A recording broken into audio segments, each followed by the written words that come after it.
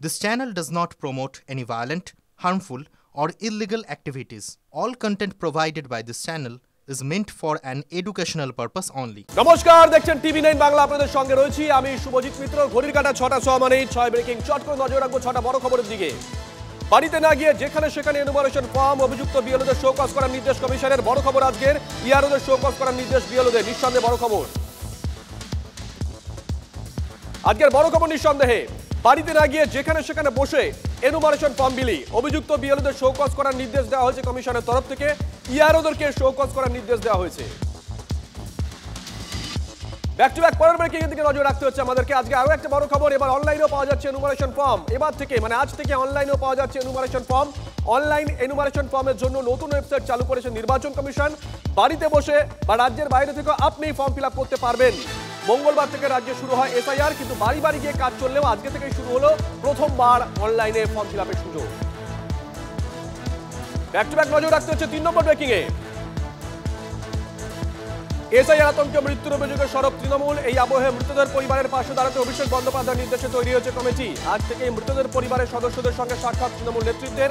তৃণমূলের সাংসদ মন্ত্রীদের নিয়ে গঠিত কমিটিতে পার্থ ভৌমিক, শামিরুল ইসলাম, Shashi পাজা, Chandrima Bhattacharya, তিনাঙ্কুর Bhattacharya, Arup চক্রবর্তীরা।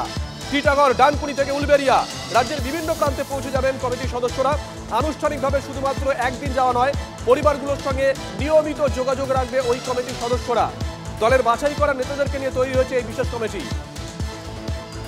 Back to back আরো একটা খবর, এসআইআর এ অনিশ্চিত শরণার্থীদের ভোটের ভবিষ্যৎ। বড় প্রশ্ন আজকের দিনে। শরণার্থীদের ভোটার রাখতে আদালতে মামলা।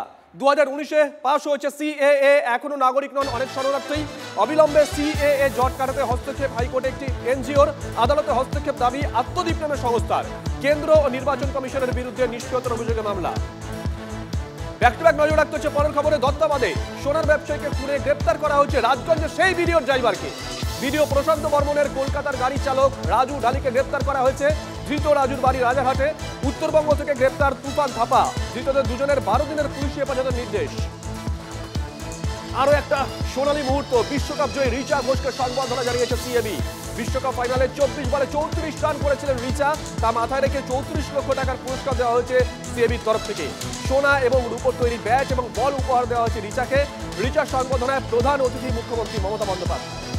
বেলডাঙ্গায় শতাধিক সকেট বোমা উদ্ধার। বেলডাঙ্গা থানার মির্জাপুর 1 নম্বর পঞ্চায়েতের নতুন পাড়ায় একটি বাড়ির পিছনে 2 জার ভর্তি সকেট বোমা উদ্ধার হয়, যে ছবিগুলো আপনাদেরকে দেখাচ্ছি। অন্যদিকে কাপাসডাঙ্গা পঞ্চায়েতে জঙ্গলের মধ্যে 6টি ব্যাগ এবং একটি জার ভর্তি বোমা উদ্ধার হয়।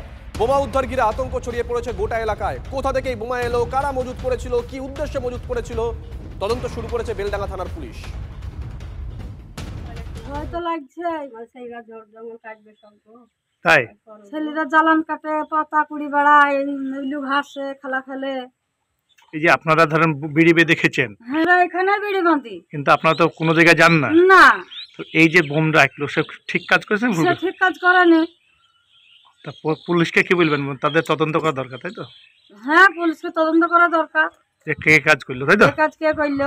বেপরোয়া গতির বাইকে এক ব্যক্তির মৃত্যুতে অগ্নিগর্ভ বাদুরিয়া। রাস্তায় টায়ার জ্বালিয়ে বিক্ষোভ দেখান গ্রামবাসীরা। এলাকায় বাইক বাহিনীর দাপটে বারবারই দুর্ঘটনা ঘটছে, এমনটাই দাবি করেন এলাকাবাসী। অভিযুক্তদের গ্রেপ্তারি দাবিতে তারা পথ অবরোধ করেন। ছবিটা একবার দেখুন। পুলিশের আশ্বাসে স্বাভাবিক হয় পরিস্থিতি।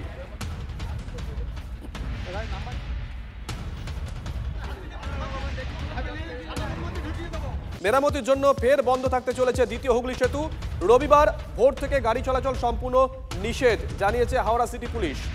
রবিবার ভোর 4টে থেকে রাত 9:30 পর্যন্ত সম্পূর্ণভাবে বন্ধ থাকবে গাড়ি চলাচল। দ্বিতীয় হুগলি সেতুর বদলে নিবেদিতা সেতু এবং হাওড়া ব্রিজ ব্যবহার করতে হবে। ডানকুনি বা কোলাঘাট থেকে হাওড়া বা কলকাতার দিকে যেতে নিবেদিতা সেতু ব্যবহার করতে হবে। সড়ক Howrah Amta road, Andul road, Alampur road দিয়ে প্রবেশ করতে হবে হাওড়ায়। কোলাঘাট খড়গপুরের দিকে যেতে গেলেও হাওড়া আমতা রোড দিয়ে যেতে হবে। এছাড়াও দ্বিতীয় হুগলি সেতু ও কোনা এক্সপ্রেসওয়ের পরিবর্তে ব্যবহার করা যাবে জিটি রোড।